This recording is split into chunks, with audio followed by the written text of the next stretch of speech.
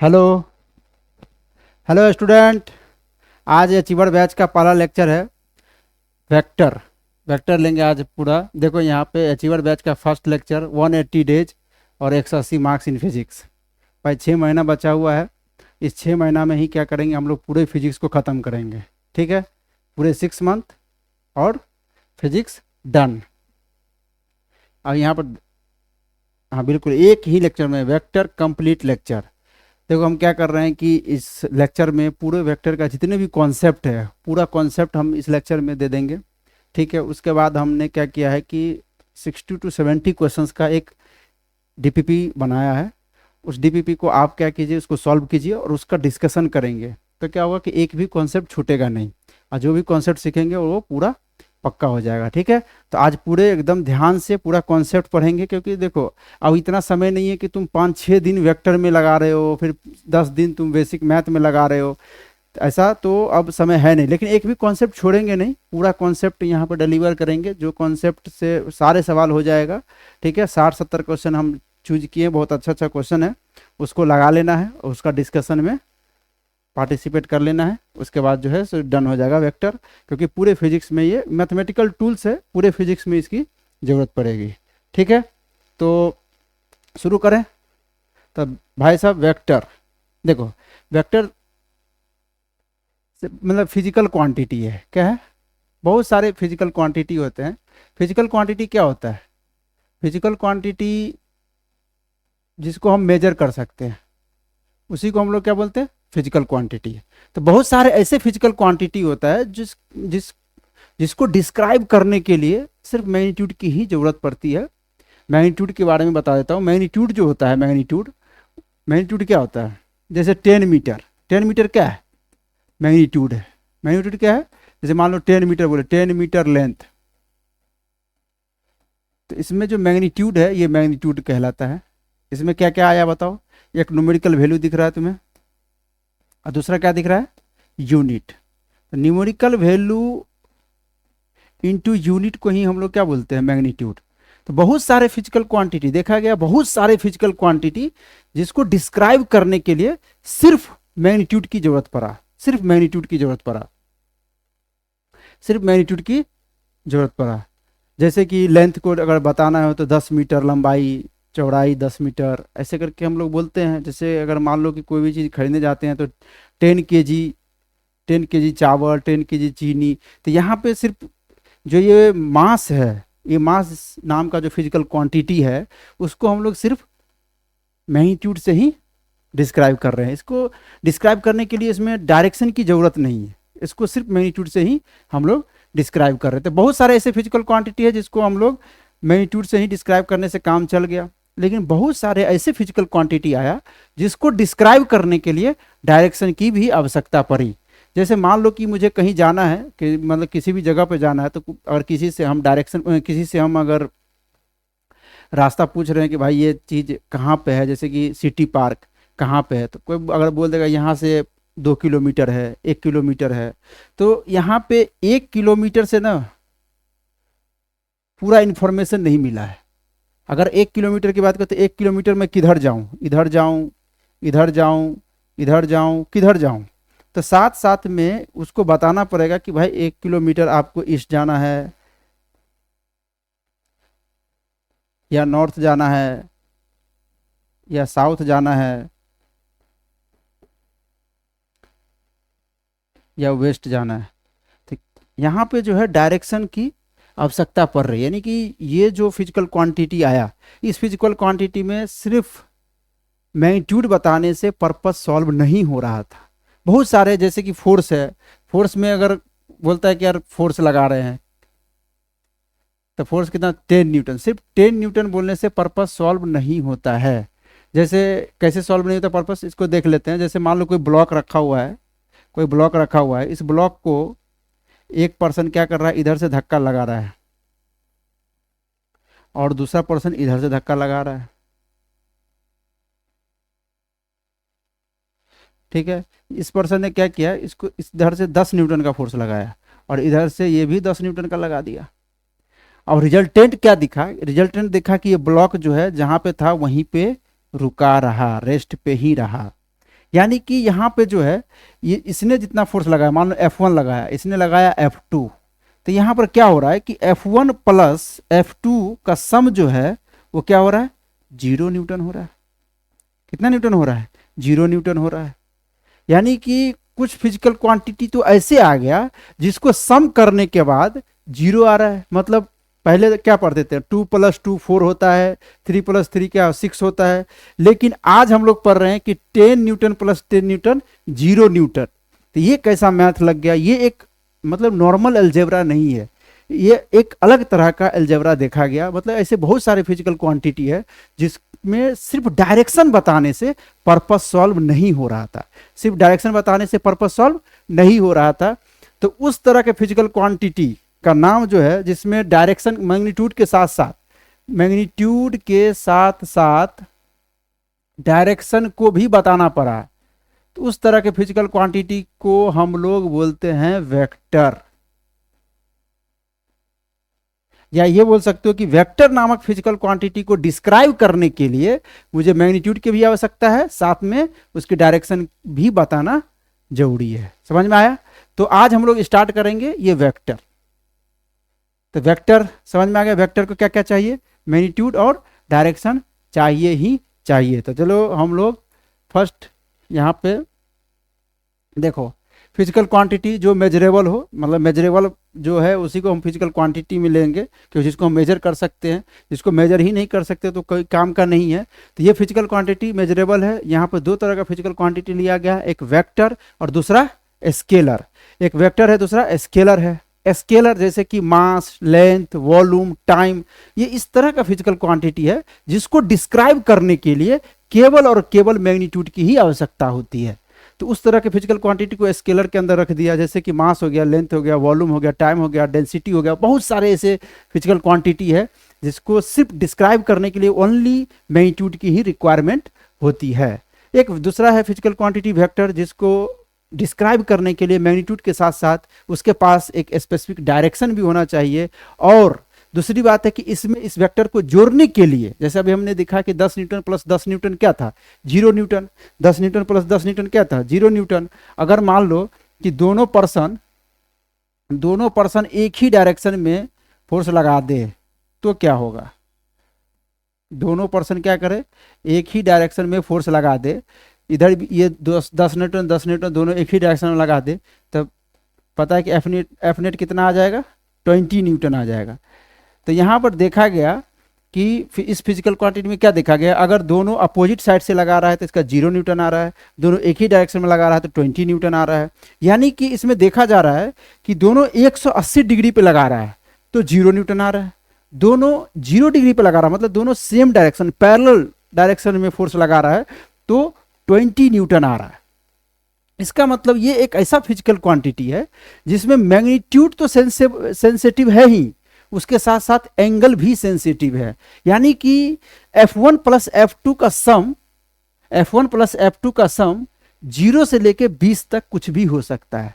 अगर मान लो कि अगर कोई एंगल पे लगा देता इस तरह से तो हो सकता था कि 20 न्यूटन आए, 20 न्यूटन से कम आए। यानी कि एक ऐसा फिजिकल क्वांटिटी जिसमें एंगल का भी सेंसिटिविटी आ रहा है। तो हम लोग एंगल को भी इन्वॉल्व करेंगे आगे चल के।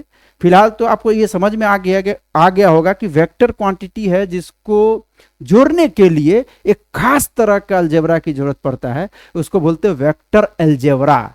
ये नॉर्मल अर्थमेटिक अलजेब्रा नहीं है जो हम लोग पढ़ के आ रहे 2 + 2 4 होता है, 5 + 5 10 होता है, या 5 - 5 0 हो जाता है। उस तरह का ये अलजेब्रा तो बिल्कुल नहीं है। इसको जोड़ने के लिए, इसको ऑपरेट करने के लिए एक खास तरह की अलजेब्रा की आवश्यकता है जिसको हम लोग वेक्टर अलजेब्रा बोलते हैं। चलिए आइए हम लोग वेक्टर अलजेब्रा को डिस्कस करते हैं। ये आपका जो है देख लो, इधर वेक्टर में मैग्नीट्यूड तो होना ही चाहिए, उसके पास स्पेसिफिक डायरेक्शन है, वो क्या है, वेक्टर एडिशन के लॉ को फॉलो कर रहा है। मतलब इसमें जो वेक्टर अलजेब्रा लगेगा, इसको जोड़ने घटाने के लिए वेक्टर अलजेब्रा की आवश्यकता है। तो ये एग्जांपल देख लो, डिस्प्लेसमेंट हो गया, वेलोसिटी हो गया, एक्सेलरेशन, फोर्स, मोमेंटम, इस तरह से एंगुलर मोमेंटम, तमाम तरह का फिजिकल क्वांटिटी आपको देखने को मिल जाएगा जो डायरेक्शन जिसमें आवश्यकता पड़ती ही पड़ती है, जिसमें डायरेक्शन की जरूरत पड़ती ही पड़ती है। आया समझ में, डायरेक्शन की जरूरत पड़ती ही पड़ती है। ये अपना वेक्टर हो गया, ठीक है। और मैग्नीट्यूड के बारे में मैंने बता ही दिया कि मैग्नीट्यूड जो होता है जिसमें न्यूमेरिकल वैल्यू इनटू यूनिट, जैसे यहाँ पर 10 मीटर है, 100 केजी है, तो 10 मीटर में 10 क्या है, न्यूमेरिकल वैल्यू, और मीटर क्या है, यूनिट है। तो मैग्नीट्यूड में यहाँ पर 10 क्या है, न्यूमेरिकल वैल्यू, और मीटर क्या है, यूनिट है। तो मैग्नीट्यूड दोनों मिला के होता है, न्यूमेरिकल वैल्यू इनटू यूनिट को मिला दें, वही मैग्नीट्यूड कहलाता है। तो हम बोले कि स्केलर फिजिकल क्वांटिटी को डिस्क्राइब करने के लिए केवल मैग्नीट्यूड की आवश्यकता पड़ती है, और वेक्टर को डिस्क्राइब करने के लिए मैग्नीट्यूड के साथ साथ डायरेक्शन की भी जरूरत पड़ती है। तो यहाँ पर मैंने देखो, यहाँ पे एक ब्लॉक ले लिया, ठीक है। एक ए पर्सन है, एक इधर बी पर्सन है। ए पर्सन ने भी 10 न्यूटन का फोर्स लगाया, बी ने भी 10 न्यूटन का फोर्स लगाया। तो देखा गया कि भाई ब्लॉक जो है वो रेस्ट पे रहा। देखा गया ब्लॉक क्या है, रेस्ट पे रहा। अगर ब्लॉक रेस्ट पे है, इसका मतलब कि 10 + 10 यहाँ पर क्या हो रहा है, 0 हो रहा है। यानी कि ये F1 फोर्स लगाया, ये F2 फोर्स लगाया, तो F1 + F2 क्या हो रहा है, 0 हो रहा है। यहां पर F1 + F2 क्या हो रहा है, 20 हो रहा है। यानी कि 0 डिग्री एंगल पे लगाया तो 20 आया, और 180 डिग्री एंगल पे लगाया तो 0 आया। यानी कि यहां पर दिख रहा है कि इसको जोड़ घटा कर रहे हैं तो एंगल का भी सेंसिटिविटी आ रहा है। यानी कि 0 से ये 20 न्यूटन के बीच कुछ भी हो सकता है। अगर ये 0 और 180 के अलावा और कोई एंगल पे लगाते तो दूसरा ही रिजल्ट आता, लेकिन मिनिमम 0 आएगा और मैक्सिमम 20 आएगा। मिनिमम 0 आएगा और मैक्सिमम 20 आएगा। समझ में आ रहा है? इसको अभी हम लोग डिस्कस करेंगे तो पूरा क्लियरिटी आ जाएगा आगे चल के। तो ये अपना वेक्टर है। आगे बढ़ते हैं इसमें।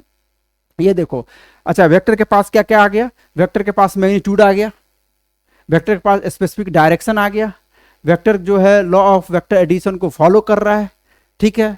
लेकिन कुछ फिजिकल क्वांटिटी ऐसा देखा गया जिसमें मैग्नीट्यूड भी था, डायरेक्शन भी था, लेकिन वो वेक्टर के लॉ को फॉलो नहीं कर रहा था।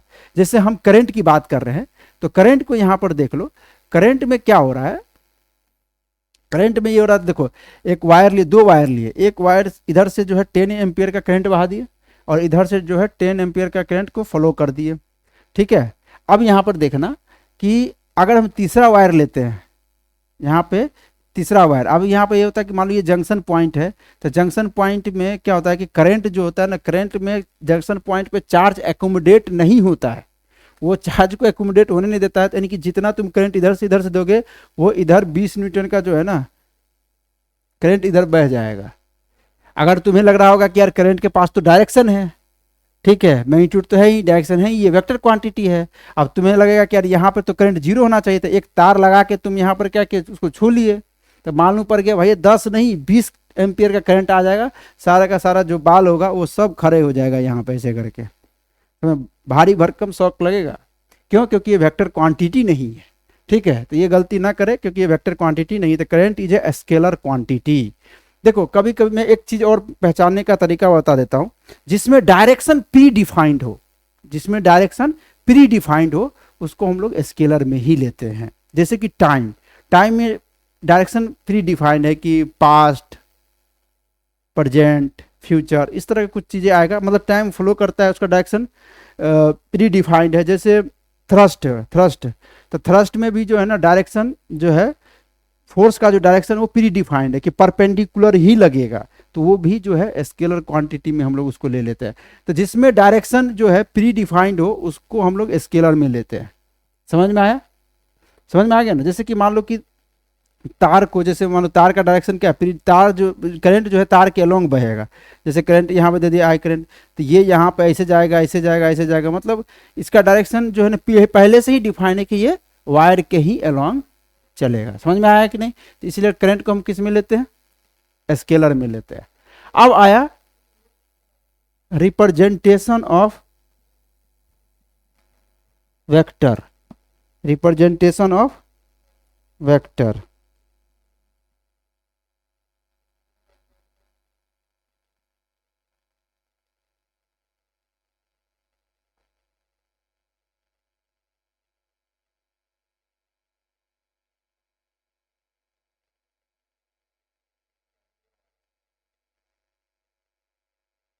चलो कोई बात नहीं, चलो रिप्रेजेंटेशन ऑफ वेक्टर पढ़ते हैं। Representation of vector. तो रिप्रेजेंटेशन ऑफ वेक्टर में हम लोग देख लेते हैं वेक्टर को कैसे रिप्रेजेंट किया जाता है। तो देखो वेक्टर को हम लोग एक एरो के मदद से रिप्रेजेंट करते हैं। मैं थोड़ा सा बड़ा एरो दिखाया हूँ। इसमें जो ये वाला पार्ट टेल होता है, ये वाला पार्ट हेड होता है। तो ये जो तुम्हारा जो लेंथ दिख रहा है ना, लेंथ, वो डायरेक्टली प्रोपोर्शनल होता है मैग्नीट्यूड का। ठीक है। अगर हम स्केल डायग्राम बनाते हैं तो जो लेंथ को हम लोग मेजर, जैसे कि हमें 10 न्यूटन को दिखाना है स्केल डायग्राम में, 10 न्यूटन को दिखाना है, तो हम क्या करेंगे कि 1 सेंटीमीटर बराबर 1 न्यूटन ले लेंगे। तो हमको 10 सेंटीमीटर लेंथ का क्या करना पड़ेगा, एक लंबाई बनाना पड़ेगा एरो का। लेंथ जो होगा, अगर मुझे 10 न्यूटन को स्केल डायग्राम में दिखाना है, 10 न्यूटन को हमें स्केल डायग्राम बनाना है, तो क्या करना होगा, मुझे 1 सेंटीमीटर बराबर क्या ले लेंगे, 1 न्यूटन। हम मान के चलेंगे जो 1 सेंटीमीटर 1 न्यूटन के बराबर है, स्केल डायग्राम बना रहे हैं। तो मुझे एक 10 सेंटीमीटर का जो है एक लंबाई का एरो खींचना होगा। देखो एरो डायरेक्शन को बताएगा और ये लंबाई जो है ये 10 न्यूटन को बताएगा। समझ में आ रहा है कि नहीं। और ये बता रहा है कि इधर डायरेक्शन को दिखा रहा है। किसको दिखा रहा है, डायरेक्शन को दिखा रहा है। तो इसको हम लोग बोलते हैं स्केल डायग्राम। ठीक है। तो स्केल डायग्राम बनाने के लिए कभी ऐसा तो आएगा नहीं, पर देखने से लग जाता है कि देखो ये बड़ा है तो ये इसका जो मैग्नीट्यूड होगा वो ज़्यादा होगा, छोटा लंबाई का होगा तो मैग्नीट्यूड छोटा होगा, क्योंकि जो मैग्नीट्यूड होता है वो लंबाई के डायरेक्टली प्रोपोर्शनल होता है जब हम लोग रिप्रेजेंट करते हैं तो। ठीक है। तो ये एरो क्या है, डायरेक्शन को बताएगा, और ये जो लेंथ है वो मैग्नीट्यूड को बताएगा। क्योंकि एक वेक्टर में दो चीज है, एक मैग्नीट्यूड और दूसरा डायरेक्शन। एक मैग्नीट्यूड और दूसरा डायरेक्शन। तो रिप्रेजेंट करने के लिए जब जाएंगे तो ये मैग्नीट्यूड को बता देगा और ये डायरेक्शन को बता देगा। समझ में आया कि नहीं आया। तो चलो आगे बढ़ते हैं। 2 टाइप्स के वेक्टर होते हैं। वेक्टर कितने टाइप के होते हैं, 2 टाइप्स। तो 2 तरह का वेक्टर हम लोग लेते हैं। ठीक है। 2 तरह का वेक्टर हम लोग लेते हैं। कौन कौन वेक्टर है 2 तरह का, एक है पोलर वेक्टर और दूसरा एक्सियल वेक्टर। एक है पोलर वेक्टर और दूसरा एक्सियल वेक्टर है। तो भैया पोलर वेक्टर जो होता है, जो जिसमें ऐसा वेक्टर जो ट्रांसलेशनल इफेक्ट को दिखाता है। ट्रांसलेशनल इफेक्ट क्या होता है भैया, अभी हम लोग काइनेमेटिक्स तो इसके बाद शुरू करेंगे, तो वहाँ पर ट्रांसलेशनल मोशन होगा, जैसे कि डिस्प्लेसमेंट, ये सब ट्रांसलेशनल इफेक्ट है। फोर्स ट्रांसलेशनल इफेक्ट है। तो जो मतलब ट्रांसलेशनल इफेक्ट को दिखाएगा, जैसे डिस्प्लेसमेंट हो गया, वेलोसिटी हो गया, तो उस तरह की चीज़ें जो है पोलर इफेक्ट हो जाएगा, पोलर वेक्टर हो जाएगा। A vector which show translational effect. ठीक है। और एक्सियल वेक्टर ऐसा वेक्टर जो रोटेशनल इफेक्ट को दिखाए, जैसे कि एंगुलर डिस्प्लेसमेंट, जैसे कि angular displacement, angular displacement, angular velocity, angular acceleration, ये सब क्या है, हाँ? ये एक्सियल वेक्टर है, जो घूमने वाली बात हो जाएगा। समझ में आ रहा है कि नहीं। जैसे ऐसे करके दे देगा, मैं थोड़ा सा फिगर बनाने की कोशिश कर रहा हूँ।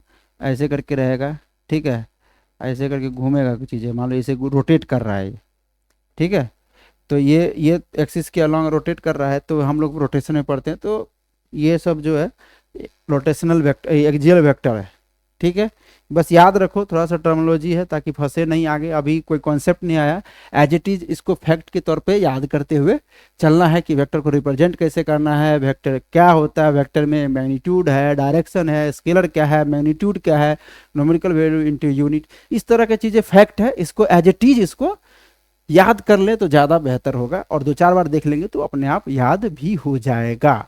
चलो आगे पढ़ते हैं। Multiplication of vector by scalar. जब कोई वेक्टर में स्केलर से मल्टीप्लाई करते हैं, अब वो स्केलर जो है 2 तरह का हो सकता है। वो स्केलर हो सकता है केवल न्यूमेरिकल वैल्यू हो, केवल न्यूमेरिकल वैल्यू भी स्केलर ही में ही के ही अंदर आता है। और एक आएगा मैग्नीट्यूड वाला, जिसमें न्यूमेरिकल वैल्यू के साथ साथ यूनिट हो। तो क्या होगा कि अगर किसी वेक्टर में सिर्फ स्केलर जो न्यूमेरिकल वैल्यू से अगर मल्टीप्लाई करते हैं, तो क्या, जैसे कि मान लो कोई वेक्टर है ए, उसमें हम 2 से मल्टीप्लाई कर दिए, 2 नंबर से मल्टीप्लाई कर दिए, उसमें यूनिट नहीं लगाए, केवल स्केलर से मल्टीप्लाई किए, तो वो जितना बड़ा वेक्टर था उसका वो दुगुना हो जाएगा, उसकी लंबाई क्या हो जाएगा, दुगुना हो जाएगा। और उसकी डायरेक्शन पर क्या इफेक्ट पड़ेगा, कोई इफेक्ट नहीं पड़ेगा, उसके डायरेक्शन पे कोई इफेक्ट नहीं पड़ेगा। कल को तुमसे क्वेश्चन कोई पूछ दे कि ए वेक्टर एंड 2a वेक्टर में एंगल बताओ, 0 degree A vector and 2a vector में जो एंगल होगा वो कितना हो जाएगा, 0 डिग्री होगा। कितना होगा, 0 डिग्री होगा। तो 0 डिग्री एंगल होगा, क्यों, क्योंकि वेक्टर की डायरेक्शन पे तो कोई इफेक्ट ही नहीं पड़ा। अगर हम किसी स्केलर से मल्टीप्लाई कर रहे हैं और वो स्केलर पॉजिटिव है, वो स्केलर पॉजिटिव नंबर है, जैसे मैं यहां पर ले लिया हूं कि जैसे कि ए वेक्टर है, एक हम लेमडा ले लिए, कोई भी नंबर हो सकता है वेरिएबल, मैंने स्केलर मान लिया उसको, ये स्केलर है। अब हम दूसरा वेक्टर बना रहे हैं बी, अगर क्योंकि अगर हम देखो अगर लेमडा से मल्टीप्लाई करेंगे तो वेक्टर तो चेंज हो जाएगा, वेक्टर ए नहीं रहेगा, क्योंकि अगर इस वेक्टर का नाम ए है तो अब जो दूसरा वेक्टर बनेगा वो ए नहीं रहेगा, वो वेक्टर बदल जाएगा, उसका नाम मुझे अलग रखना पड़ेगा और वो वेक्टर हो जाएगा, कुछ भी रख देंगे, अगर ए रखे हैं ऊपर वाला तो इसको बी वेक्टर कर देंगे, लेकिन ए नहीं रहेगा। क्यों, क्योंकि वेक्टर का मैग्नीट्यूड बदल गया ना। तो वेक्टर में डायरेक्शन बदले या मैग्नीट्यूड बदले या दोनों बदल जाए तब भी वेक्टर चेंज हो जाता है। वेक्टर में कुछ भी बदले, मैग्नीट्यूड बदल दो, डायरेक्शन बदल दो या दोनों बदल दो, तब भी वेक्टर क्या हो जाएगा, चेंज हो जाएगा। तो वेक्टर यहां पर चेंज हो चुका है। अगर इस वेक्टर का नाम ए वेक्टर है तो ये वेक्टर का नाम ए नहीं होगा, कुछ और होगा, जिसका नाम हमने क्या रख दिया है, बी वेक्टर। क्या रख दिया है, बी वेक्टर। उस बी वेक्टर में क्या किया है, क्या किए हैं, ए वेक्टर में लेमडा से मल्टीप्लाई कर दिया, और लेमडा अगर पॉजिटिव नंबर है तो इसका सिर्फ मैग्नीट्यूड ही चेंज होगा, डायरेक्शन चेंज नहीं होगा। तो अगर हम दो नंबर से मल्टीप्लाई किए तो ये वेक्टर दुगुना हो जाएगा। अगर ये लंबाई पहले अगर 1 मीटर था तो इसका लंबाई अब 2 मीटर हो जाएगा।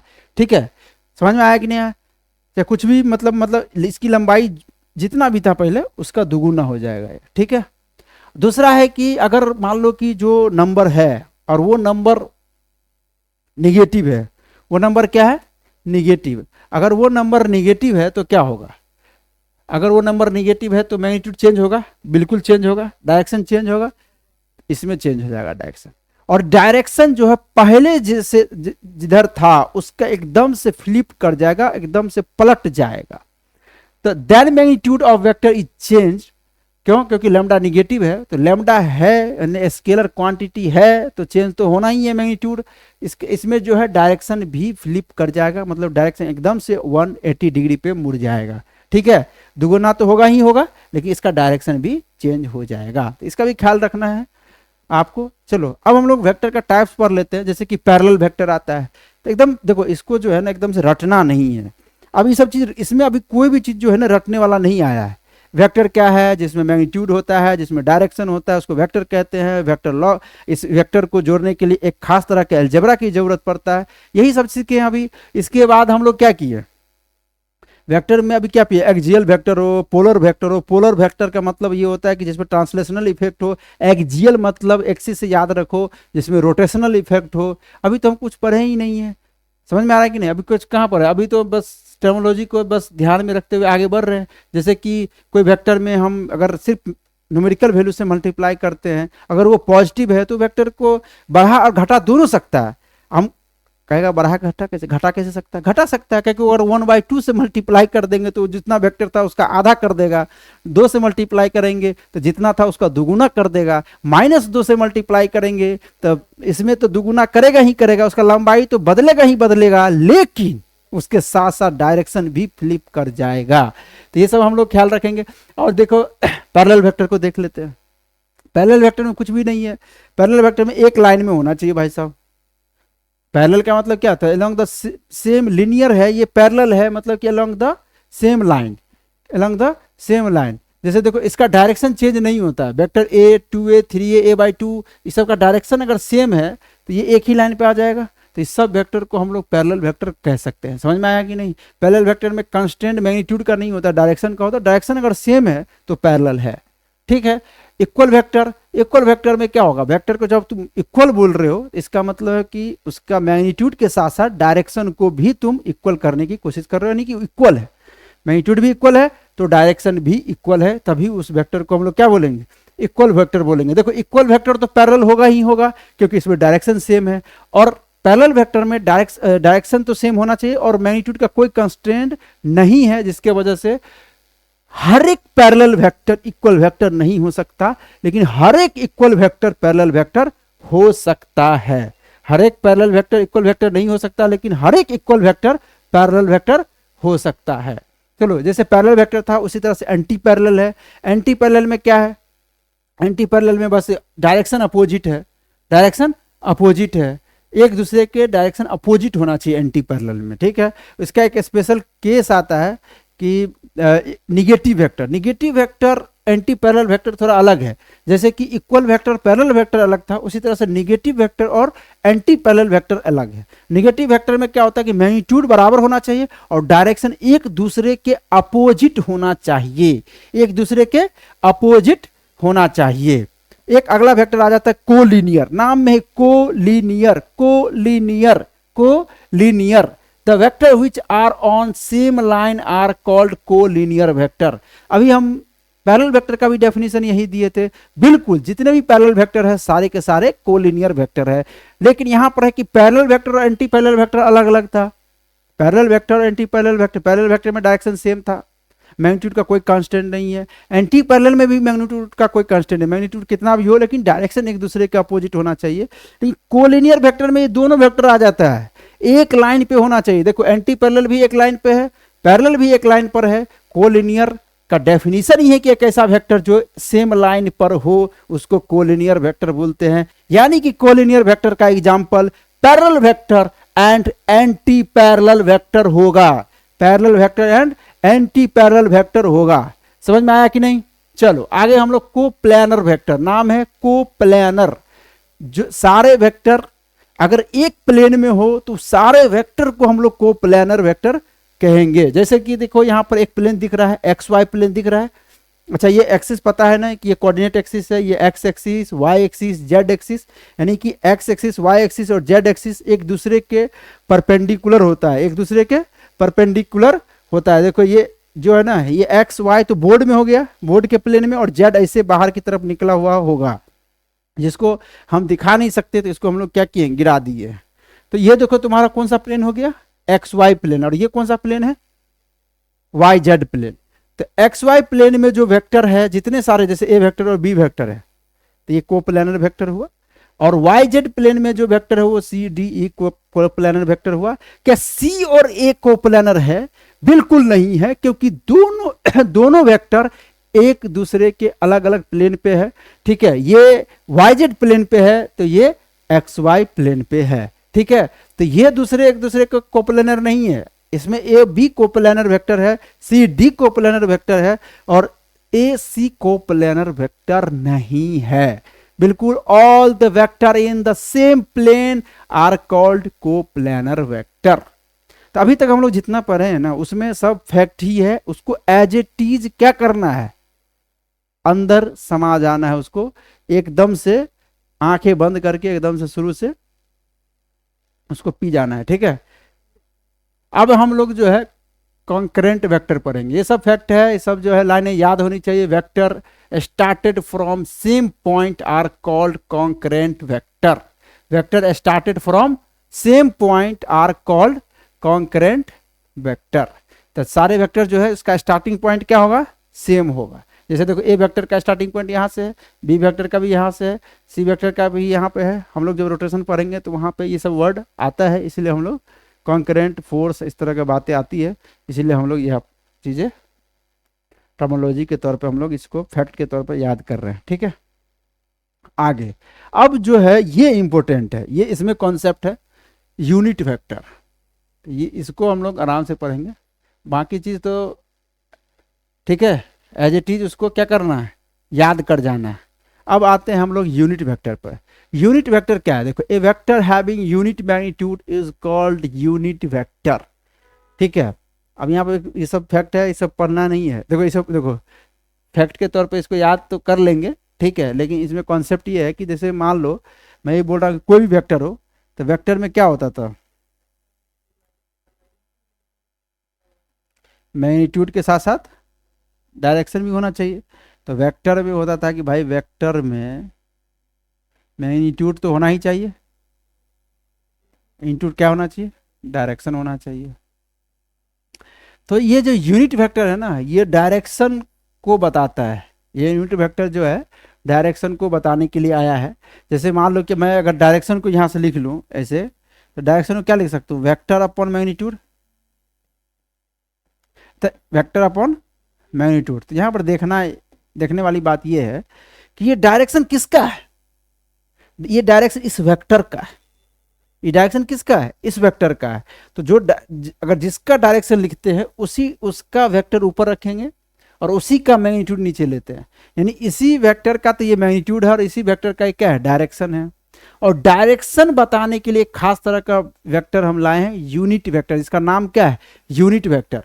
यूनिट वेक्टर में खास बात है कि उसका मैग्नीट्यूड यूनिट होता है। वो कैसे, जैसे कि देखो अभी यहीं पर हम देखो एक एग्जाम्पल से समझ लेते हैं, फिर उसके बाद आएंगे। मैं एग्जाम्पल लेता हूं ऊपर वाला ही, जैसे कि एक वेक्टर लिखा हुआ है ऊपर में 10 न्यूटन ड्यू ईस्ट, क्या लिखा हुआ है, 10 न्यूटन ड्यू ईस्ट। तो इसमें 10 न्यूटन क्या है, मैग्नीट्यूड है। 10 न्यूटन क्या है, मैग्नीट्यूड। 10 न्यूटन क्या है, मैग्नीट्यूड। और यहाँ पर ड्यू ईस्ट ये क्या है, डायरेक्शन है। अगर मैं बोलूं कि मुझे डायरेक्शन निकालना है, क्या निकालना है, डायरेक्शन, तो डायरेक्शन निकालने के लिए हम लोगों ने फॉर्मूला बना रखा है, क्या, वेक्टर अपॉन मैग्नीट्यूड। तो वेक्टर क्या है, नहीं वेक्टर क्या है, अरे वेक्टर क्या है, नहीं 10 न्यूटन ड्यू ईस्ट। अरे पूरा वेक्टर क्या लिखा हुआ है, अरे वेक्टर क्या लिखा हुआ है पूरा, वेक्टर में तो मैग्नीट्यूड और डायरेक्शन दोनों ना होता है, कंफ्यूज नहीं होने का। यही तो बात है, कॉन्सेप्ट को पकड़ो, कॉन्सेप्ट को पकड़ो भाई साहब, कॉन्सेप्ट को ना जाने दो, अपना दिमाग ना लगाएं, लगाएं पर सही डायरेक्शन में लगाएं, है ना। देखो हम साफ लिख रखे हैं कि डायरेक्शन जो है वेक्टर अपॉन मैग्नीट्यूड होता है। तो अगर डायरेक्शन लिखने जा रहे हैं तो वेक्टर लिखेंगे ना, वेक्टर में तो दोनों चीज आएगा, मैग्नीट्यूड के साथ साथ डायरेक्शन भी आएगा। तो 10 न्यूटन ड्यू ईस्ट पूरा आ जाएगा ना, और मैग्नीट्यूड तो सिर्फ ये वाला मैग्नीट्यूड है, मतलब वेक्टर का मैग्नीट्यूड तो यही है, तो 10 न्यूटन लिखेंगे। क्या लिखेंगे, 10 न्यूटन लिखेंगे। और 10 न्यूटन से 10 न्यूटन क्या हो जाएगा, कट जाएगा। तो डायरेक्शन क्या बचा, डायरेक्शन, डायरेक्शन क्या बचा बताओ, 1 इंटू डी ईस्ट, बोलो, कुछ नहीं लिखा था, 1 लिखा था ना, यानी कि इसका मैग्नीट्यूड क्या है, डायरेक्शन में जो मैग्नीट्यूड आया कितना आया, 1, ठीक है। और ये ड्यू ईस्ट ये क्या है, तुम्हारा डायरेक्शन आ गया। समझ में आया कि नहीं। तो यूनिट वेक्टर में जो है, यूनिट वेक्टर को लाया ही इसलिए गया है कि अगर वो किसी भी मैग्नीट्यूड के पीछे लग गया ना, तो उस मैग्नीट्यूड का डायरेक्शन दे देगा। वो किसी भी वेक्टर के पीछे उसको लगा दो तो वो डायरेक्शन को दे देता है। यानी कि एक ऐसा वेक्टर जिसका मैग्नीट्यूड क्या हो, 1 हो, इसीलिए इसको हम लोग यूनिट वेक्टर नाम दिए। नाम क्यों दिए यूनिट वेक्टर, क्योंकि इसका मैग्नीट्यूड 1 है। क्योंकि खास बात यह है कि यूनिट वेक्टर का ना यूनिट नहीं होता है। यूनिट वेक्टर का यूनिट इसलिए नाम पढ़ा है क्योंकि इसका मैग्नीट्यूड 1 है, 1 को यूनिट बोलते हैं, इसलिए यूनिट वेक्टर है।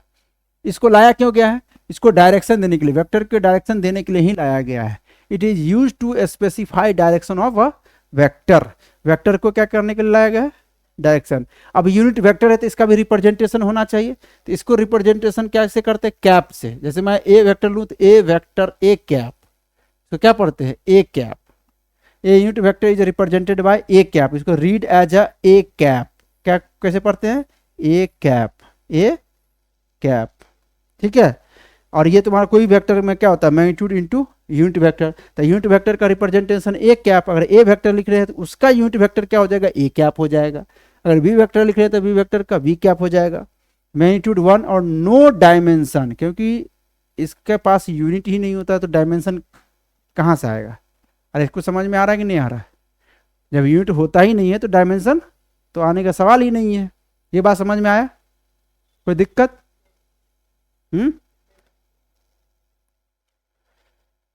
चलो अब हम लोग जो पढ़ने वाले हैं वो है एंगल बिटवीन टू वेक्टर। क्या पढ़ने वाले हैं, एंगल बिटवीन टू वेक्टर। देखो एंगल बिटवीन टू वेक्टर एकदम बिल्कुल फंडा समझेंगे, रटना नहीं है।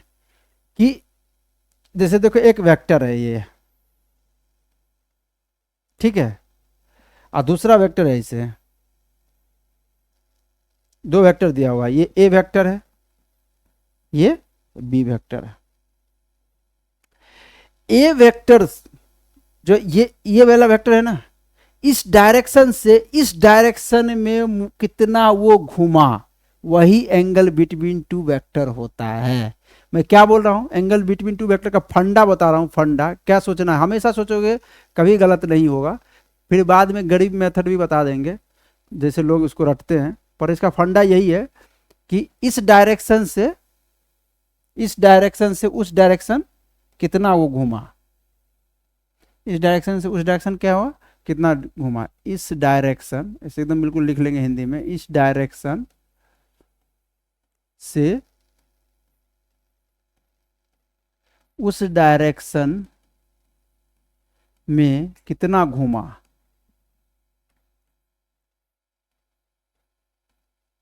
इसको अभी हम क्लियर करते हैं। तुम देखो यहां पर कैसे पता करेंगे, देखो ये वाला वेक्टर है, देख रहे हो तुम ये वेक्टर को। अब ये वेक्टर जो है, ये वेक्टर देखो, ये वाला इधर है, इधर जा रहा है।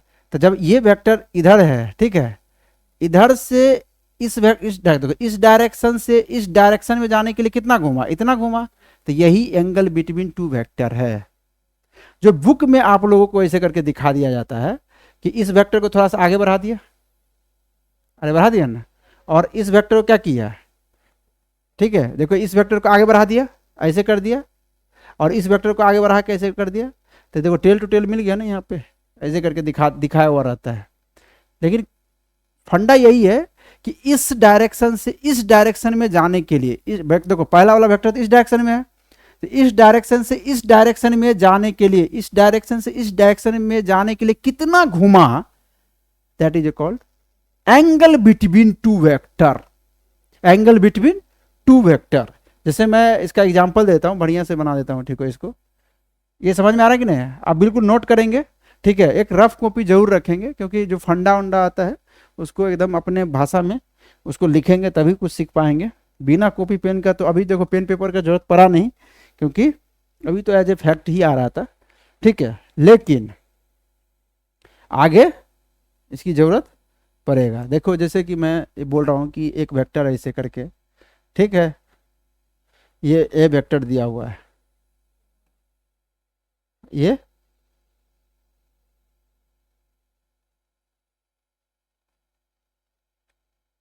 ए वेक्टर है ना, और दूसरा वेक्टर ये, ठीक है। इसी को दिखाया गया है कि, इसी को क्या दिखाया गया है कि आगे चल के कि भैया ये वाला जो वेक्टर है, ये वाला जो वेक्टर है आगे बढ़ा, और ये वाला वेक्टर भी क्या हुआ, आगे बढ़ा, ठीक है। तो अगर तुम देख रहे हो तो ये वाला वेक्टर जो है आगे बढ़ के इस लाइन पे आ गया, देखो,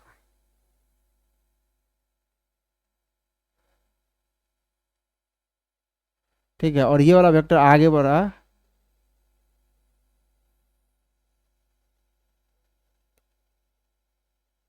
ठीक है। तो ये जैसे देखो ये आगे बढ़ रहा है ना, तो आगे बढ़ रहा है, तो ये वाला लाइन जो है थोड़ा सा पीछे हो गया, तो इसको हटा देते हैं। तो ये देखो इस डायरेक्शन से इस डायरेक्शन में ये कितना घूमा, उसी को हम लोग क्या बोलते हैं, एंगल बिटवीन टू वेक्टर, इसी को क्या बोलते हैं,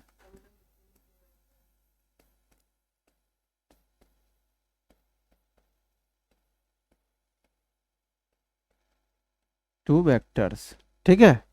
जैसे कि सवाल दे देगा, कल कोई सवाल ऐसे पूछ देगा तो कैसे बताओगे, तो यही फंडा को यूज करके हम लोग बताएंगे। जैसे सवाल ये दे देगा कि एक वेक्टर ये है, ठीक, दूसरा वेक्टर ये है, ऐसे करके यहाँ पर 60 डिग्री एंगल दे दिया, ये ए वेक्टर है और ये बी वेक्टर है। क्वेश्चन आएगा find angle between two vector. ऐसे क्वेश्चन पूछेगा नहीं, find angle between two vector, जरूरत पड़ जाएगा तुम्हें एंगल बिटवीन टू वेक्टर, तो क्या बताओगे इसमें, क्या बताओगे। तो देखो इस डायरेक्शन से, अब यहाँ डायरेक्शन को देखना, तुम्हारा डायरेक्शन ये है, डायरेक्शन देखो ये डायरेक्शन है, इस डायरेक्शन से तुम इस डायरेक्शन में कितना घूमे हो, इस डायरेक्शन से इस डायरेक्शन में कितना घूमे हो तुम, बोलो कितना घूमे हो। तो तुम घूमे हो कितना बताओ,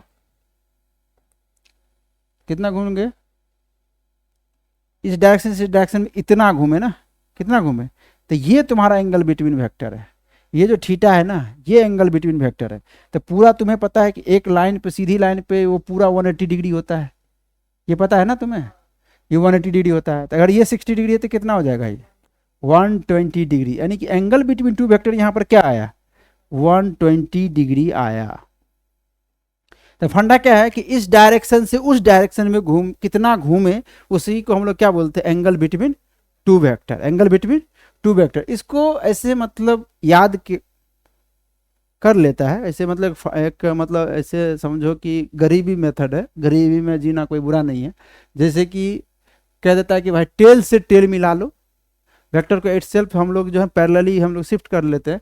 तो कहता है टेल से टेल मिला लो, टेल टू टेल, ठीक है। उसके बाद जो स्मॉलर आएगा एंगल बिटवीन टू वेक्टर, मतलब जो एक तो बड़ा बनेगा, एक छोटा स्पेस क्रिएट होगा, तो छोटा वाला जो होगा वही एंगल बिटवीन टू वेक्टर होगा। जैसे यहाँ पर तुम देखो टेल से टेल मिलाओ, तो टेल से टेल मिलाओगे तो दो दो आएगा। यहाँ पर तुम देखो किसी को कंफ्यूजन हो जाएगा, यहाँ पर इसको टेल से टेल मिलाओ तो एक वेक्टर इधर था, देख रहे हो, और एक वेक्टर है इधर, ऐसे है ना। और तुम्हारा एंगल कौन सा दिया रहा था, दे रखा था ये वाला 60 डिग्री। अब देखो यहाँ पर जो है सो कोई बोलेगा कि छोटा वाला कौन सा, छोटा वाला तो इधर वाला है, नहीं, देखो दो तरह के स्पेस क्रिएट हुआ है। जब टेल से टेल मिला है तो एक इधर वाला स्पेस क्रिएट हुआ, एक इधर वाला हुआ पूरा, तो ये बड़ा है, छोटा कौन सा, यही वाला है। तो यही तुम्हारा एंगल बिटवीन टू वेक्टर, और इसीलिए ये 120 डिग्री हो गया, ठीक है। तो यहां से एनालाइज करके ये वाला फंडा को लिखा गया है। कॉन्सेप्ट यही है, मतलब फंडा यही है कि इस डायरेक्शन से उस डायरेक्शन में घूमे, कितना घूमे, वही तो angle between two vector, angle between two vector की इस क्योंकि एंगल जो है, एंगल तो पता है वेक्टर में एंगल भी सेंसिटिव होता है, एंगल चेंज हो जाता है तो उसका जो है रिजल्टेंट चेंज हो जाता है। तो ये टेल टू टेल मिला लो या टू हेड मिला लो, हेड टू हेड भी मिला लोगे तो वही कहानी है। हेड गलत लिख दिए, HEAD होगा ना, हेड टू हेड। तो हेड टू हेड मिला लो या टेल से टेल मिला लो, तो जो तुम्हारा जो है स्मॉलर स्पेस जो क्रिएट होगा वही एंगल बिटवीन टू वेक्टर हो जाएगा। लेकिन मेरा फंडा क्या है कि इस डायरेक्शन से उस डायरेक्शन कितना घूमे वही तुम्हारा एंगल बिटवीन टू वेक्टर होगा। हेड टू हेड और टेल टू टेल सोचना नहीं पड़ेगा।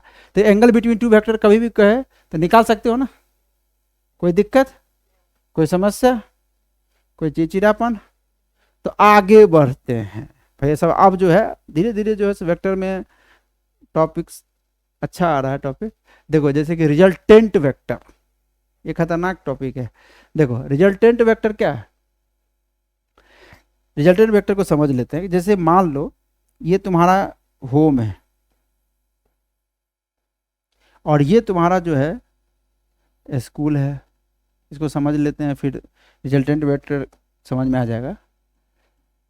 अब होम से स्कूल जाने के लिए तुमने क्या किया, इस रास्ते को अपनाया, पहले इधर गया, फिर इधर गया, फिर इधर गया, फिर इधर आके स्कूल में पहुंच गया। अब इस रास्ते को क्यों अपनाया ये मुझे नहीं पता, क्योंकि बहुत सारा रीजन हो सकता है रास्ता ही ना हो, इधर गड्ढा उड्ढा हो, ठीक है। किसी ने क्या किया कि भाई साहब डायरेक्ट ये वाला रास्ता अपनाया। तो ये देखो, ये मान लो ए वेक्टर है, ये बी वेक्टर है, ये सी वेक्टर है और ये डी वेक्टर है। तो a vector, b vector, c vector और डी वेक्टर जो काम करके दे रहा है वो ये अकेला वेक्टर काम करके दे रहा है। ये वेक्टर मिला के भी तुम स्कूल में पहुंच रहे हो, ये तो अकेला वेक्टर मिला के स्कूल में पहुंच गया। तो ये सब वेक्टर, ये जितना भी वेक्टर है, इस सब का इफेक्ट ये अकेला को दिखा रहा है, यानी कि सब वेक्टर का समेशन जो है ये एक रिजल्टेंट वेक्टर है। इसको हम लोग रिजल्टेंट वेक्टर बोलते हैं, आर वेक्टर। तो आर वेक्टर क्या हुआ, अगर आर वेक्टर को दिखाया जाए तो ये आर वेक्टर कुछ और नहीं, ये तो a vector plus b vector plus c vector plus d vector. देखो वेक्टर लिख रहे थे, इसमें मैग्नीट्यूड और डायरेक्शन दोनों आ गया होगा। मैग्नीट्यूड इसकी लंबाई को, डायरेक्शन देखो एरो दिखा रहा है, इस तरह से सब में इंक्लूडेड है, इसको तुम्हें सोचना नहीं है। यानी कि if a single vector, resultant vector किसको बोलते हैं, single vector can product the same effect produced by number of vector together, then that vector is known as resultant of those vector। समझ में आ रहा है कि नहीं? तो ये रिजल्टेंट वेक्टर है सब वेक्टर का, क्योंकि ये जो इफेक्ट दिखा रहा है वो ये अकेला दिखा रहा है। समझ में आया कि नहीं आया? तो ये रिजल्टेंट वेक्टर हो गया। पॉलीगन, जो पॉलीगोनल रूल जो है वो भी यही दिखाता है। देखो a vector, b vector, c vector, d vector, e vector, तो तुम कहाँ पहुंच गए, यहाँ पे, तो सीधे तुम यहां से यहां पहुंच जाओ ना। तो एक फंडा और याद कर लो कि पहला वेक्टर का इनिशियल पॉइंट और लास्ट वेक्टर का फाइनल पॉइंट को तुम मिला दो तो वो तुम्हारा रिजल्टेंट वेक्टर आ जाएगा। Joining of initial point of first vector to final point of last vector polygonal rule को तुम्हें दिखा देगा। समझ में आया? कोई दिक्कत, कोई समस्या? आगे बढ़ते हैं। तो तुम्हें ये पॉलीगोनल, देखो वेक्टर को जोड़ना एक अलग कंस्टेंट है, वो आगे हम सीखेंगे। अभी तो हम लोग मतलब रिजल्टेंट वेक्टर पढ़ लिए कि रिजल्टेंट वेक्टर किसे बोलते हैं, ये सब चीज़ दिमाग में रखो, है ना। दो वेक्टर का सब हम करना सीखेंगे, फिर उसी से आगे बढ़ेगा चीज़ें, कुछ कुछ आगे बढ़ेगा। जैसे कि देखो आएगी एडिशन ऑफ वेक्टर, तो यहाँ पर एडिशन ऑफ दो वेक्टर को जोड़ना सीखेंगे। जैसे कि मान लो कि ये वेक्टर है, एक वेक्टर, ठीक है ना। मैंने बोला कि ये दूसरा वेक्टर है, ये बी वेक्टर है, ये ए वेक्टर है और बी वेक्टर, ये दोनों वेक्टर को जोड़े तो कहाँ पहुंच गए, यहाँ पहुंच गए। तो अभी हम बोले कि रिजल्टेंट वेक्टर में क्या होता है, पहला वेक्टर का इनिशियल पॉइंट, फाइनल वेक्टर का जो लास्ट पॉइंट है उसको मिला दो, और एरो कहाँ दोगे, फाइनल वेक्टर के लास्ट पॉइंट की तरफ, क्योंकि पहुंच उधर ही रहे हो ना भाई, डायरेक्शन। तो ये जो है ये रिजल्टेंट वेक्टर कहलाता है, ठीक है। तो आर वेक्टर बराबर यहाँ पर क्या हो जाएगा, a vector plus b vector, करके दिखा रहा है। अरे समझ में आया कि नहीं आया?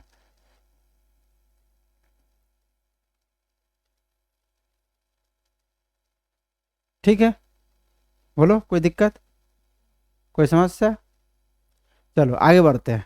तो ये तुम्हारा हो गया रिजल्टेंट वेक्टर, ये समझ में आ गया। जैसे मान लो, जैसे देखो कि एक वेक्टर है ये ए वेक्टर,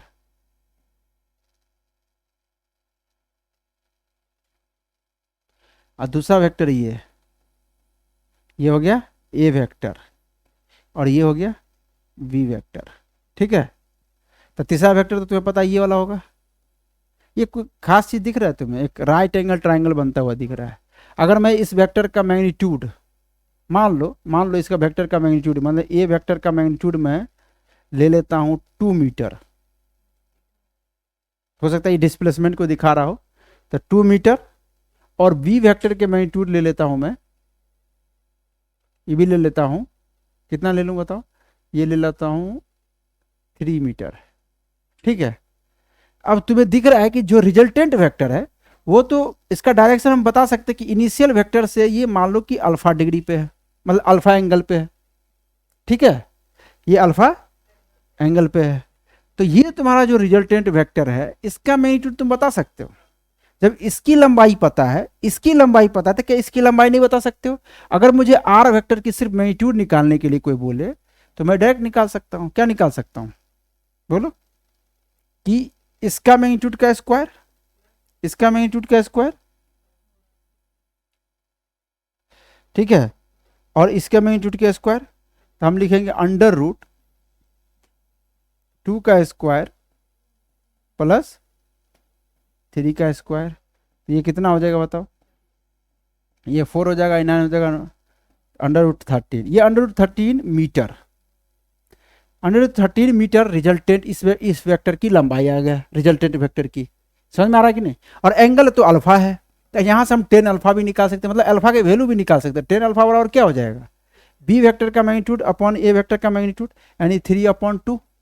अरे समझ रहे हो? तो अल्फा बराबर क्या हो जाएगा, 10 इनवर्स 3/2। तो हम ये बोल सकते हैं ना क्या, कि ए वेक्टर से 10 इनवर्स 3/2 वो घूम गया है। रिजल्टेंट वेक्टर का डायरेक्शन किधर है, जो इनिशियल वेक्टर है उससे 10 इनवर्स 3/2, ठीक है। तो ये तुम्हारा निकल के आ गया। ये समझ में आया कि नहीं आया है? अगर मैं बोलूं कि ए वेक्टर है, मान लो ए वेक्टर, तो मैं ए वेक्टर को लिख रहा हूं ए एक्स लिख रहा हूं, ए एक्स वेक्टर। जैसे मान लो कि मैं थोड़ा सा, चलो मैं एक और एग्जांपल ले लेता हूँ सही से। ये समझ में आया तुम्हें? ये एक एग्जांपल्स के तौर पर याद रखो।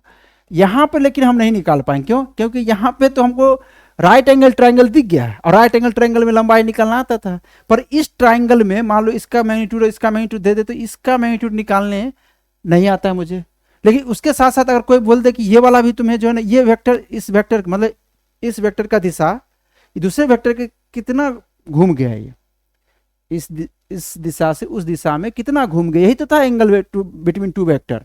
पहला वेक्टर से कितना घूम गए, दूसरा वेक्टर कितना घूम गया है, वही तो है एंगल बिटवीन टू वेक्टर। अगर तुम्हें ये वाला वेक्टर मान लो दे दे, ये वाला तुम्हें दे दे ये थीटा, तो ये एंगल बिटवीन टू वेक्टर भी दे दिया। ये बता दिया कि जो इनिशियल वेक्टर से थीटा घूम गया है दूसरा वेक्टर, तो एंगल बिटवीन टू वेक्टर दे दिया।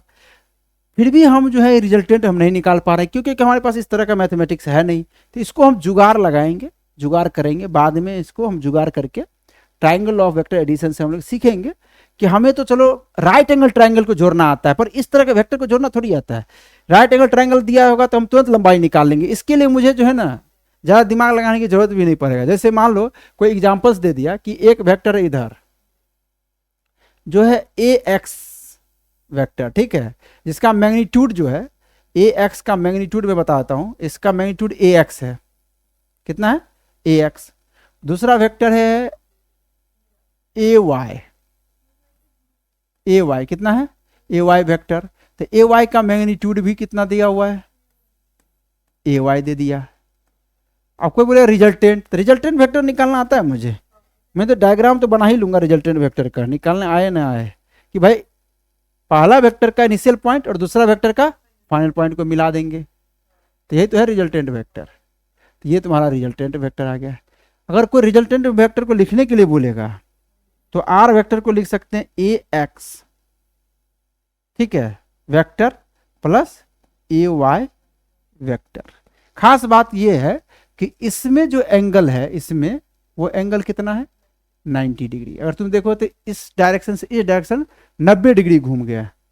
जब 90 डिग्री हो तो उसका रिजल्टेंट वेक्टर का मैग्नीट्यूड निकालना मुझे आता है। क्यों? क्योंकि मुझे राइट एंगल ट्रायंगल आता है, तो मैं आराम से सिर्फ, क्योंकि इसका मैग्नीट्यूड ए एक्स है, इसका मैग्नीट्यूड ए वाई है, तो मैं आराम से निकाल सकता हूं ए एक्स का स्क्वायर प्लस ए वाई का। अरे समझ में आ रहा है कि नहीं आ रहा है? तो आर वेक्टर का मैग्नीट्यूड निकाल सकता हूं। और एंगल पूछे तो एंगल तो ये अल्फा है, तो मैं यहां से 10 अल्फा भी निकाल सकता हूं। मैं यहां से क्या निकाल सकता हूं? 10 अल्फा भी निकाल सकता हूं। और अल्फा के वैल्यू निकाल दिया तो मुझे रिजल्टेंट का भी तो डायरेक्शन पता चल गया, ये ए वाई अपॉन ए एक्स।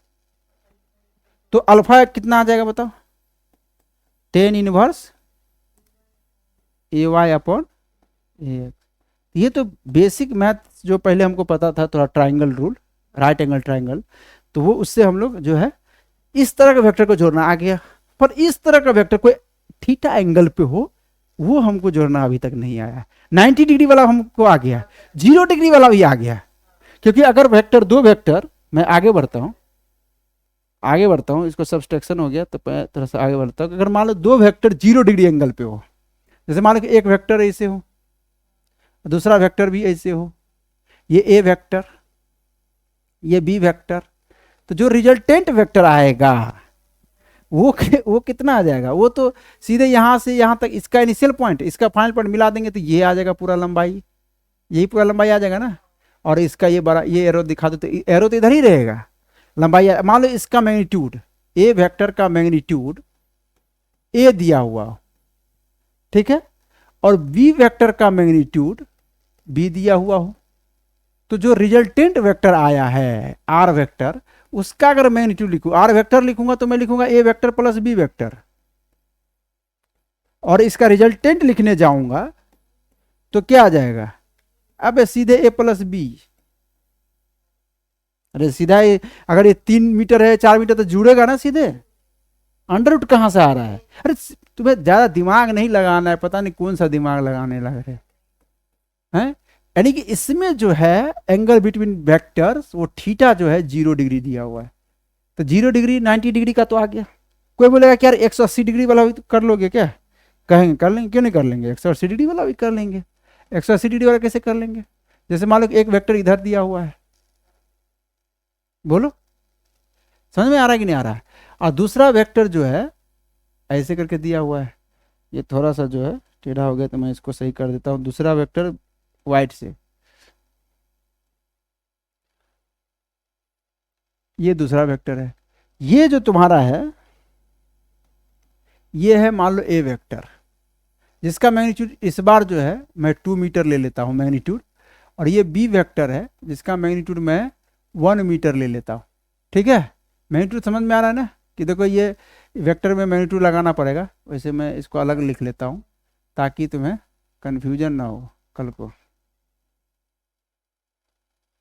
अरे समझ में आ रहा है कि नहीं आ रहा है कुछ?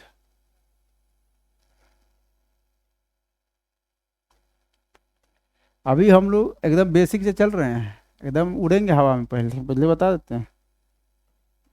तो बेसिक जिसका छूट जाता है ना उसी को दिक्कत होने लगता है। देखो अब समझना, मैं यहाँ पे लिख देता हूँ कि ए वेक्टर का मैग्नीट्यूड 4 मीटर है, ठीक है, और बी वेक्टर का जो मैग्नीट्यूड है ये मान लो 2 मीटर है, या कितना ले लो, 3 मीटर ले लो, देख के लंबाई देख के भी बात करो, है ना? समझ में आ रहा है कि नहीं आ रहा है? तो रिजल्टेंट वेक्टर जो आएगा, रिजल्टेंट वेक्टर बनाने का तरीका क्या था कि इनिशियल पॉइंट को फाइनल को जोड़ दो। तो इनिशियल को फाइनल से जोड़ोगे तो इतना आएगा, ये आएगा, ये एरो किधर जाओगे? इनिशियल से फाइनल की तरफ भी तो एरो होता है, तो एरो ये रहेगा। तो जो रिजल्टेंट वेक्टर आया वो तो ये आया, एकदम बिल्कुल देखते रहो तो उड़ जाएगा पूरा। तो आर वेक्टर जो आया यहाँ पे वो तो a vector plus b vector, भाई डायरेक्शन इसी में छुपा हुआ है, तुम्हें नहीं देखना है, डायरेक्शन तो इसमें छुपा हुआ है ना यार, डायरेक्शन ही इसमें छुपा हुआ है। थीटा यहाँ पर 180 डिग्री दिख रहा है मुझे कि एक दूसरे के अपोजिट है तो 180 डिग्री होता है, ठीक है। अगर मैं इसका मैग्नीट्यूड निकालने जाऊं, यहाँ सिचुएशन यहाँ देख रहा हूं मैं ना, तो ए वेक्टर कितना है बताओ, ये लंबाई कितना होगा, ये पूरा लंबाई है 4 मीटर, वो मुझे दिख रहा है मुझे, और ये लंबाई है 3 मीटर, उसको घटाना होगा, तो लंबाई कितना आ जाएगा, 1 मीटर आ जाएगा। तो 1 मीटर तुम्हारा जो है मैग्नीट्यूड आ गया, और डायरेक्शन तुम्हें ये वाला एरो दिख रहा है ऐसे करके। समझ में आ रहा है कि नहीं आ रहा है? फिर से क्या दिख रहा है बताओ, 4 मीटर, सॉरी 1 मीटर आ गया ना, 1 मीटर, और डायरेक्शन किधर, इधर इधर की तरफ। तो ये तुम्हारा आर, पूरा आर वेक्टर हो गया। मैं मैग्नीट्यूड भी दिखा दिया और डायरेक्शन भी दिखा दिया, ठीक है। इस डायरेक्शन का कन्वेंशनली हम नाम और देंगे बाद में चल के, पर अभी तो डायरेक्शन दिखा रहा हूँ ना यार। ये समझ में आ रहा है कि नहीं आ रहा है? कोई दिक्कत बोलो भाई लोग, कंफ्यूज तो नहीं हो रहे हो? तो हम लोग 0 डिग्री का, 90 डिग्री का और 180 डिग्री का निकालना आ गया मुझे। लेकिन अगर कोई वेक्टर एक दूसरे के थीटा एंगल पे हो तो भाई साहब नहीं निकाल पा रहे हैं, तो उसका हम जुगाड़ कर रहे हैं, उसका जुगाड़ कर रहे हैं। तो उसका कैसे जुगाड़ करेंगे, तो यहीं पे कर लेते हैं ना, हैं?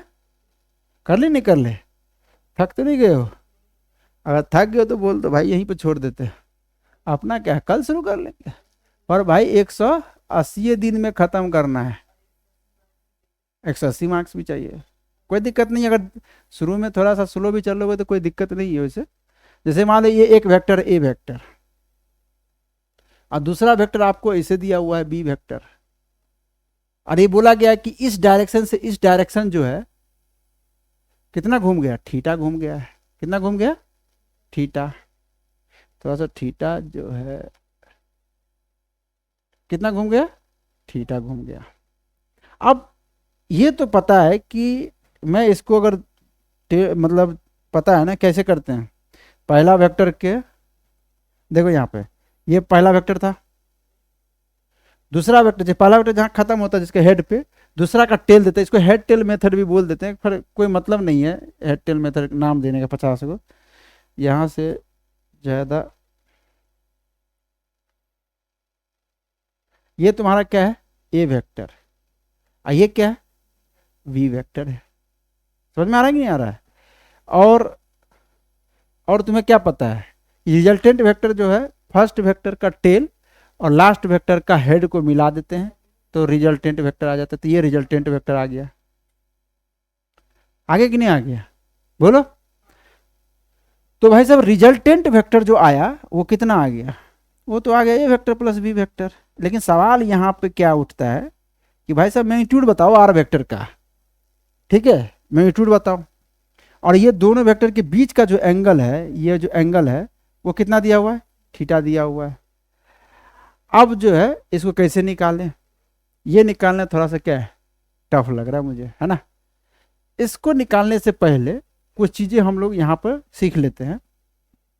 इसको निकालने से पहले चलो इसको निकालेंगे, पहले कुछ चीज़ सीख लेते हैं।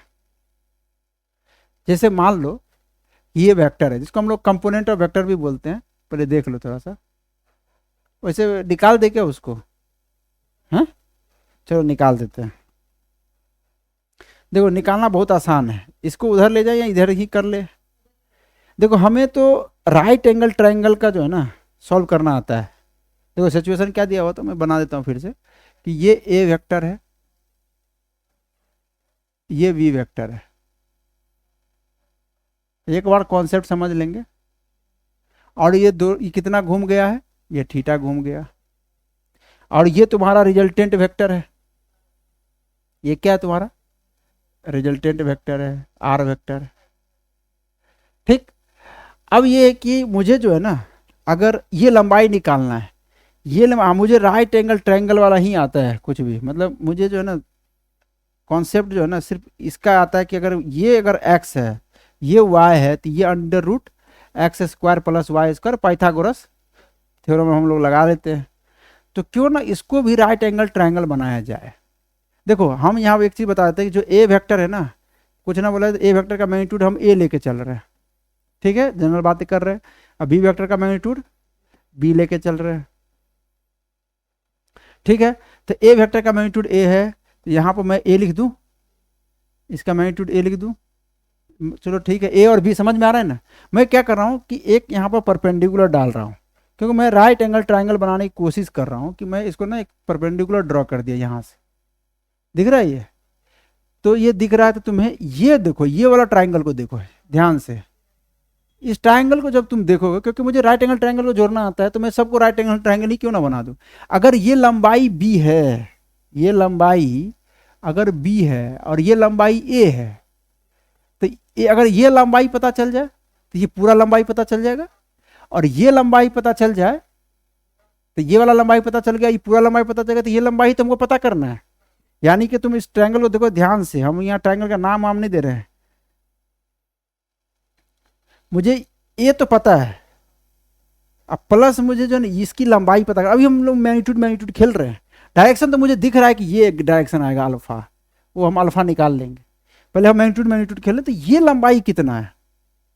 तो ये लंबाई तो इतना दूर का तो लंबाई ए है, पर इतना दूर का लंबाई, तो मैं देखो यहाँ पर भी एक राइट एंगल ट्रायंगल बन रहा है। बिल्कुल ध्यान देना, एकदम बिल्कुल कॉन्सेप्ट एकदम वैसे। इसकी रिजल्ट याद करके रखेंगे, इसका रिजल्ट जो आएगा ना वो याद रखेंगे। तो मैं ये छोटा ट्रायंगल बना रहा हूँ, देखो जिसका लंबाई ये देखो, ये बी है, ये 90 डिग्री है, और ये थीटा है।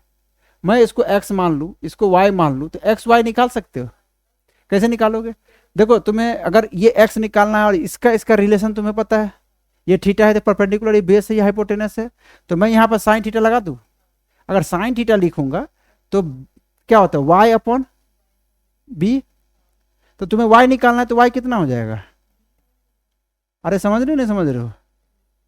दूसरा, अगर मैं यहाँ पे x की बात कर लूँ, मतलब यहाँ पे cos थीटा, क्योंकि इसमें रिलेशन cos थीटा का देता है, तो cos थीटा क्या लिखूंगा बताओ? x upon b. तो x कितना हो जाएगा? तो लंबाई तो तुम्हें पता चल गया, आराम से क्यों नहीं निकाल सकते? इसका लंबाई कितना आ गया? इसका लंबाई आ गया, इसका लंबाई आ गया बी साइन थीटा। नहीं नहीं, ये तो सही बोल रहे हो, गड़बड़ हो गया। इसका लंबाई थोड़ा सा इसे बढ़ा देता हूँ, इसका लंबाई आ गया बी कॉस थीटा, और इसका लंबाई आ गया बी साइन थीटा। तो ये टोटल लंबाई ए प्लस बी कॉस थीटा हो गया, और ये कितना हो गया? बी साइन थीटा हो गया। अरे भैया इसकी लंबाई और इसकी लंबाई पता चल गया तो इसकी लंबाई नहीं पता चल जाएगा? और ये लंबाई ही क्या है? रिजल्टेंट का मैग्नीट्यूड ही तो है।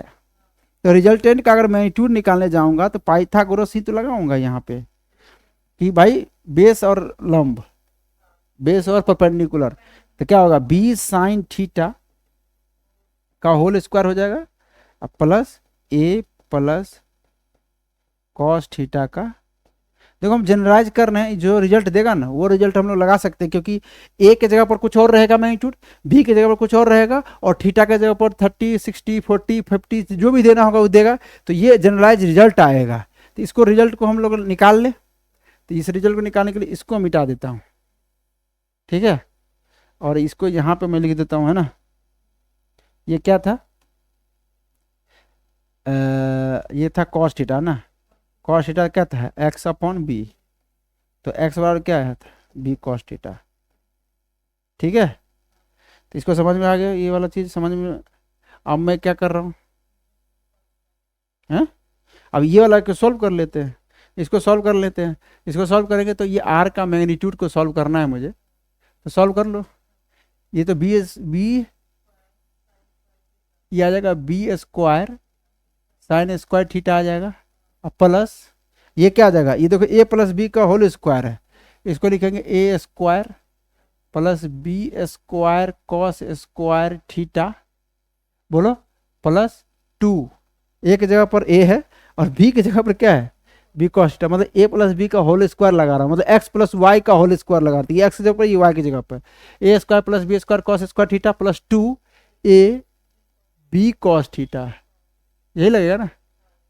ठीक, अब देखो यहाँ पे कुछ कॉमन आ रहा है, यहाँ देखो, इसको एक जगह कर लो, दिख जाता है ये सब, ऐसा कोई नहीं कि मतलब याद किया हुआ है, ये दिख गया। और cos square theta plus sign square theta क्या होता है? 1 होता है। तो ये क्या हो जाएगा? बी कॉमन आ जाएगा, तो ये बी स्क्वायर बच जाएगा। ठीक है, वो 1 हम लिख दिए हैं। चलो एक साथ एक बार लिख दे क्या, नहीं तो कंफ्यूज ना हो जाए। वैसे तो सबको आता है ये सब, b square sine square theta plus b square cos square theta को एक जगह कर लिए, और इसको लिख दिए a square plus 2 b cos theta. ठीक है, अब यहाँ पर कॉमन लेके मैं कॉमन ले लेता हूँ, और sign square theta plus cos square theta 1 होगा, तो मैं डायरेक्ट बी स्क्वायर लिख रहा हूँ। ठीक है, इतना तो अंडरस्टैंडिंग होना चाहिए। बी स्क्वायर प्लस ए स्क्वायर प्लस, तो तुम्हारा रिजल्टेंट जो है, रिजल्टेंट का जो मैग्नीट्यूड ये आ गया, कितना आ गया? इसको दो ढंग से लिख दिया जाए तो ये आर का मैग्नीट्यूड कितना आ गया? ये रिजल्ट याद होना चाहिए, ए स्क्वायर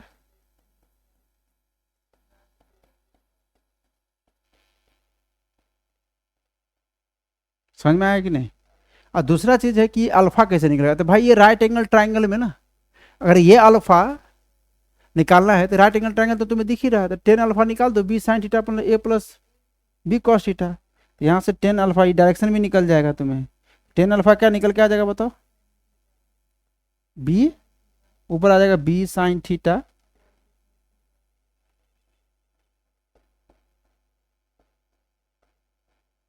थीटा क्या था इसमें? हाँ,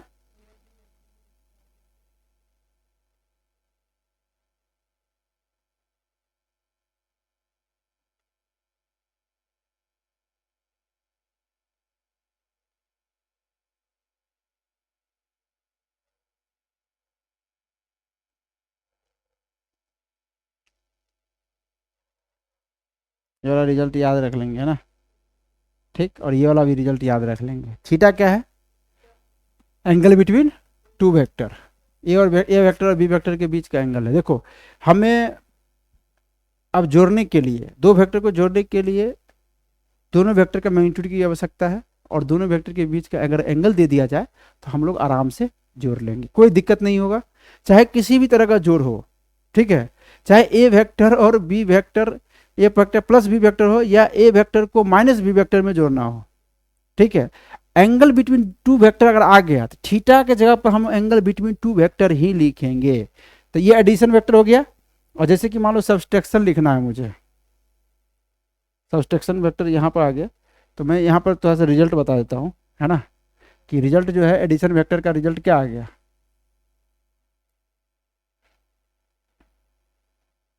एडिशन वेक्टर का रिजल्ट आ गया कि अगर वेक्टर मान लो आर वेक्टर, ए वेक्टर और बी वेक्टर को जोड़ना है मुझे, दोनों के बीच में एंगल जो है थीटा दिया हुआ है, इस तरह का दिया हुआ है वेक्टर, ठीक है, दोनों के बीच में एंगल कितना है, थीटा है। तो जो रिजल्टेंट वेक्टर आता है, जो रिजल्टेंट वेक्टर आता है, वो रिजल्टेंट वेक्टर का जो मैग्नीट्यूड आया वो कितना आया, अंडर रूट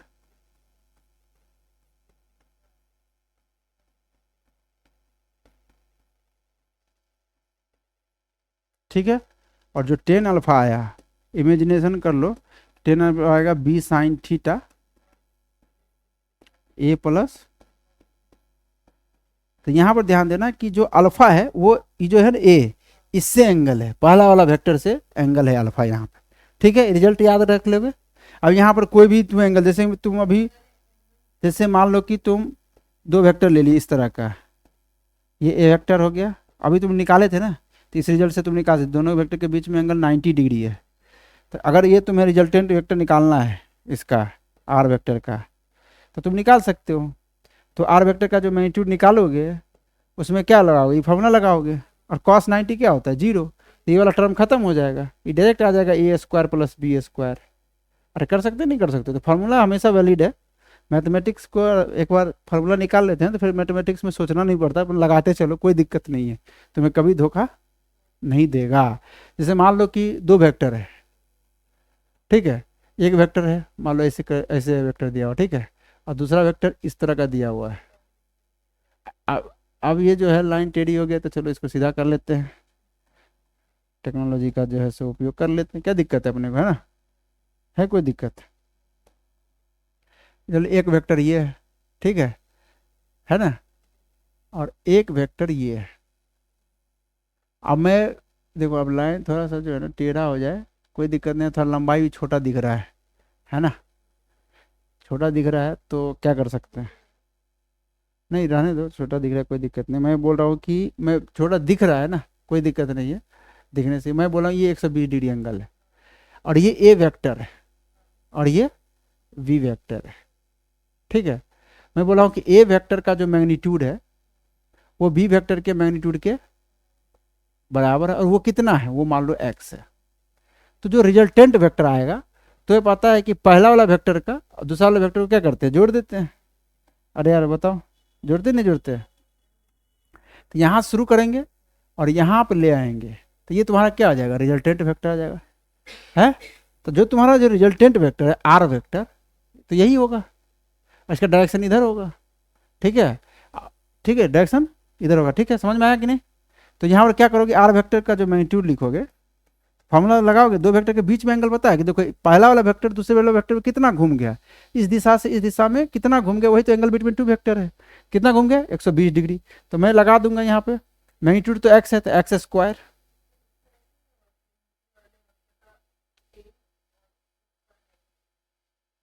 हाँ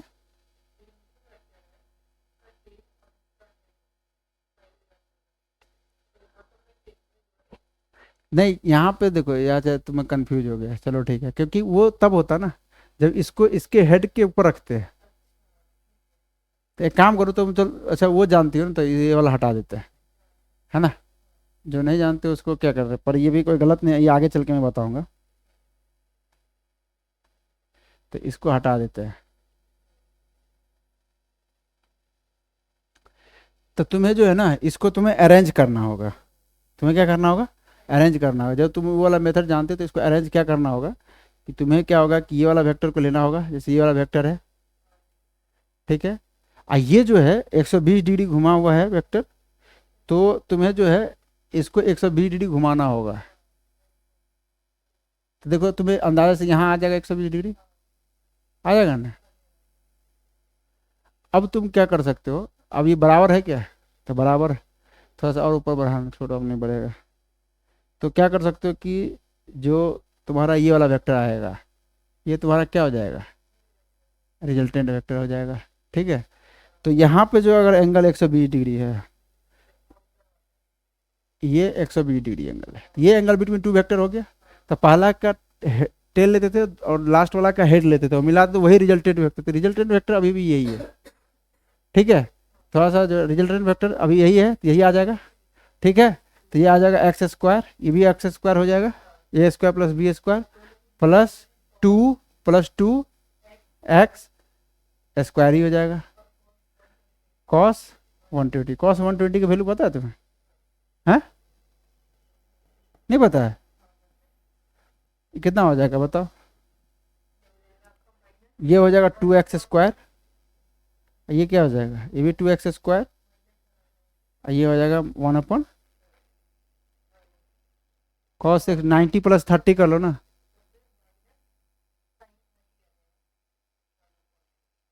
ये कट गया।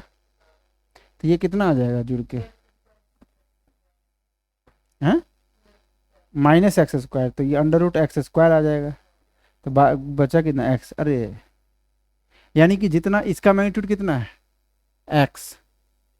इसका मैग्नीट्यूड कितना है? एक्स। इसका मैग्नीट्यूड कितना है? एक्स। तो इसका ही मैग्नीट्यूड एक्स आया। देखो यहाँ पर डायग्राम में छोटा बड़ा दिख रहा है क्योंकि हम सही से प्रॉपर एंगल नहीं लिए हैं और प्रॉपर लेंथ नहीं लिए, जिसकी वजह से ये तुम्हें, हाँ। लेकिन एक बात याद रखना, एक बात याद रखना है क्या, कि अगर दो वेक्टर समान हो और 120 डिग्री एंगल पर रखा हो तो उसका रिजल्टेंट भी उतना ही मैग्नीट्यूड का आता है। हाँ, समझ में आया कि नहीं? चलो ठीक है। तो देखो सबट्रैक्शन वेक्टर में मैं बता देता हूँ। जैसे मान लो कि ये एक वेक्टर है, ये दूसरा वेक्टर है, ये ए वेक्टर हो गया, ये बी वेक्टर हो गया, ठीक है। और दोनों ये वेक्टर के बीच में एंगल कितना है? थीटा है ना, थीटा है। तो अगर मान लो कि मुझे ए वेक्टर प्लस बी वेक्टर कह रहा है तो इसका फॉर्मूला क्या आ जाता? अंडर रूट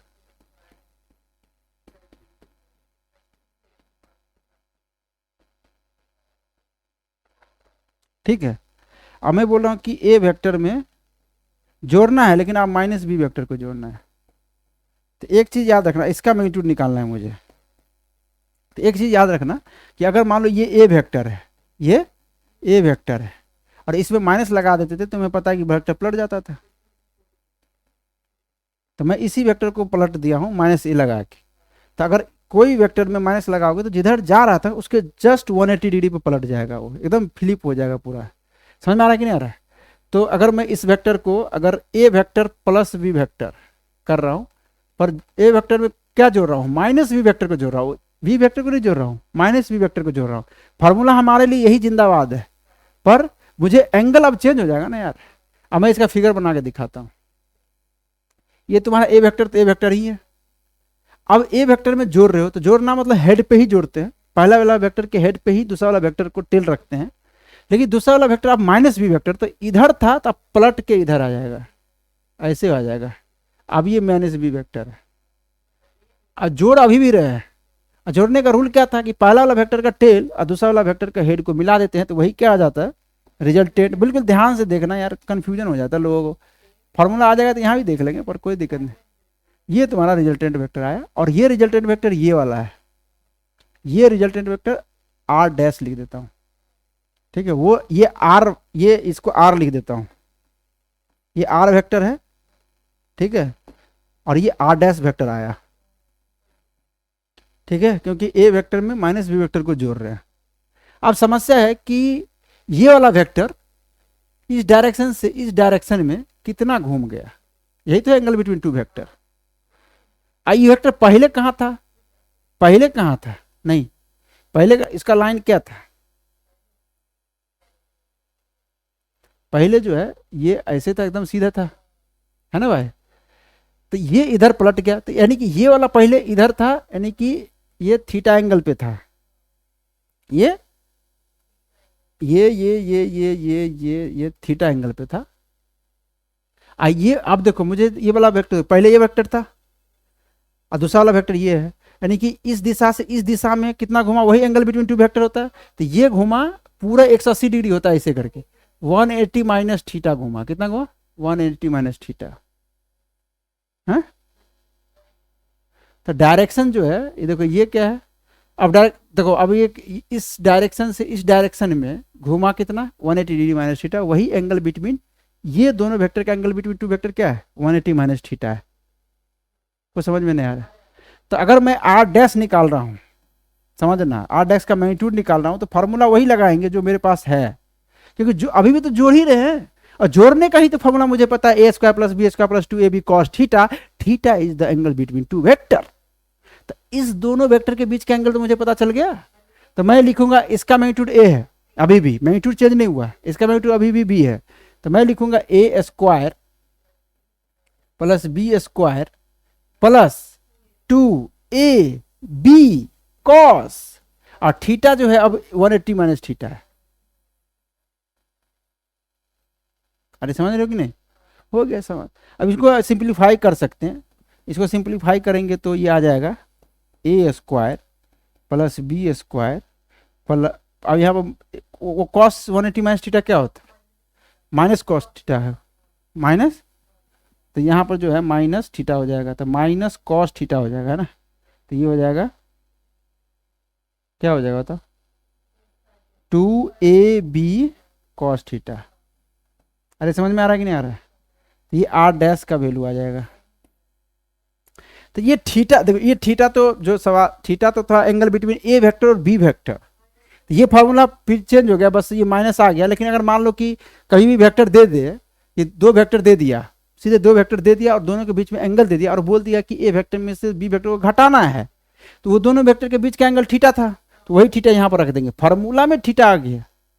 लेकिन अगर मुझे सिर्फ ये वाला फार्मूला को यूज करना है, तो मुझे जब भी कोई दो वेक्टर को जोड़ना है तो दोनों के बीच का एंगल लेंगे, जो उसका रियल वाला एंगल हो वो लेंगे, ठीक है।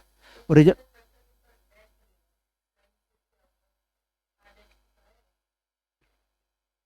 मैग्नीट्यूड दो डंडा का मैग्नीट्यूड के लिए सिंबल है ये, ठीक है।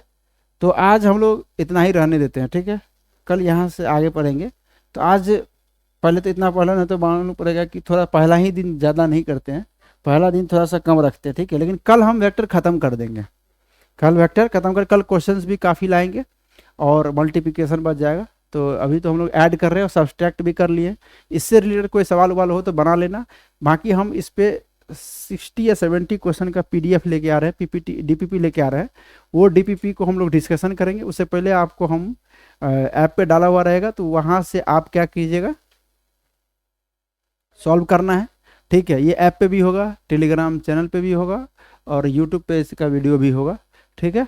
बाकी सब्सक्राइब कर देना, और यूट्यूब के जस्ट नीचे ही लिंक होगा, उस लिंक पर क्लिक करोगे तो ऊपर आएगा कोटा फिजिक्स का ऐप का लिंक, और नीचे आएगा कोटा फिजिक्स के टेलीग्राम के चैनल का लिंक, ठीक है। दोनों आराम से डाउनलोड कर लो और मज़े से 180 दिन में 180 मार्क्स लेके आएंगे, ये मेरा वादा रहा। ये पहला दिन का क्लास है इसलिए छोटा रहा, बाकी 2 घंटा 2.5 घंटा का क्लास रहेगा, ठीक है। और डिस्कशन भी प्रॉपर होगा, कोई दिक्कत नहीं होगा, डिस्कशन इतना ज़बरदस्त होगा कि मैं जितना स्किल्स जानता हूँ फिजिक्स में, वो सारे स्किल्स को मैं यहाँ पर सिखाने वाला हूँ। और ज़बरदस्त, ये कोटा का टॉप मोस्ट फैकल्टी से मैं पढ़ रखा हूँ, तो वहाँ का पूरा स्किल्स समझ रखा हूँ, पूरे रिसर्च कर रखा हूँ फिजिक्स 12th लेवल पे, ठीक है। रिसर्च मतलब कि ऐसे नहीं कि साइंटिस्ट हो गया, 12th लेवल पर, नीट लेवल पे मैं अच्छा खासा मैं इसको किस क्वेश्चन को कितना जल्दी सॉल्व करना है, कॉन्सेप्ट से ही सॉल्व किया हो, कहीं कोई ट्रिक व्रिक नहीं है, तो बिल्कुल आराम से सिखाएंगे, ठीक है। आज पहला क्लास था तो इसलिए हम थोड़ा कम पे छोड़ रहे हैं, और आराम से पढ़ाई इसका टफ लेवल पे ले जाएंगे आराम से, कोई दिक्कत नहीं। नीट लेवल टच करेंगे पूरा, नीट से थोड़ा सा ऊपर भी चल जाए तो कोई दिक्कत नहीं है, लेकिन 180 दिन में पूरा फिजिक्स खत्म करेंगे। अभी बहुत मज़ा आने वाला, अभी तो फिजिक्स शुरू नहीं हुआ, अभी तो हम लोग मैथमेटिकल टूल्स कर रहे हैं, ये पूरा मैथमेटिकल टूल्स है जो पूरे फिजिक्स में हम लोग यूज करेंगे, क्योंकि अब हम लोग ड्रॉपर हैं, तो हम 11th का भी शुरू करेंगे चैप्टर कुछ, और 12th का भी शुरू करेंगे चैप्टर। 12th में जो इलेक्ट्रोस्टेट है उसमें पूरा का पूरा वेक्टर यूज हुआ है, तो इसीलिए हम लोग वेक्टर पर थोड़ा कमांड कर लेते हैं। और बेसिक मैथ में जो ट्रिगोनोमेट्री है, क्वाड्रेटिक इक्वेशन, ये सब जो अलजेब्रा है, ये सब तो थोड़ा देख लेना, ठीक है, उसका फॉर्मूला देख लेना। और बाकी अगर दिक्कत हो तो मेरे यूट्यूब पे पूरा मैं बेसिक मैथ का जो है ना, एक एक टॉपिक का जो है ना पूरा एक एक वीडियो लेक्चर बनाया हूँ, वहाँ से डिटेल देख सकते हो, ठीक है, प्ले लिस्ट है वहाँ पर। और बाकी हम लोग मिलते हैं नेक्स्ट क्लास में, ठीक है। कोई दिक्कत नहीं होने वाला, भाई साहब जुड़ जाओ, जहाँ से कोई मिले जुड़ जाओ, और जो कोई हो तैयारी करने वाला उसको जोड़ दो, ठीक है। बहुत बहुत धन्यवाद, ठीक है, मिलते हैं नेक्स्ट क्लास में।